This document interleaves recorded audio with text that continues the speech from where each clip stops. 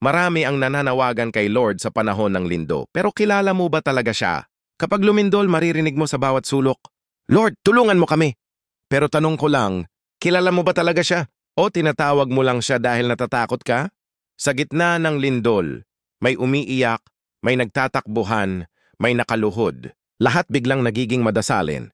Pero nung tumigil na ang pagyanig, parang tumigil na rin ang ating panalangin. Nakakalungkot, no?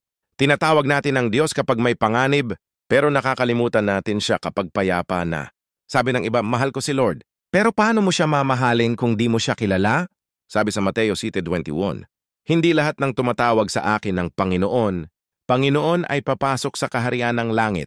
Hindi sapat ang sigaw ng takot. Ang gusto niya puso ng pagkilala. Kilala mo ba ang boses niya? O boses mo lang ang naririnig mo? Ang tunay na relasyon sa Diyos ay hindi nabubuo sa lindol. Nabubuo ito sa tahimik na oras ng pananalangin. Hindi sa sigawan ng takot, kundi sa pagsuko ng puso.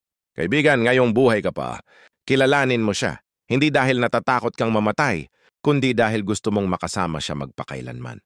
Filipos 3:10. Ang nais ko ay makilala siya at maranasan ang kapangyarihan ng kanyang pagkabuhay. I like mo, i-share mo at ipaalala sa lahat. Huwag lang tumawag kay Lord kapag may lindol. Kilalanin mo siya bago pa man yumanig ang mundo. Salamat sa pakikinig. God bless.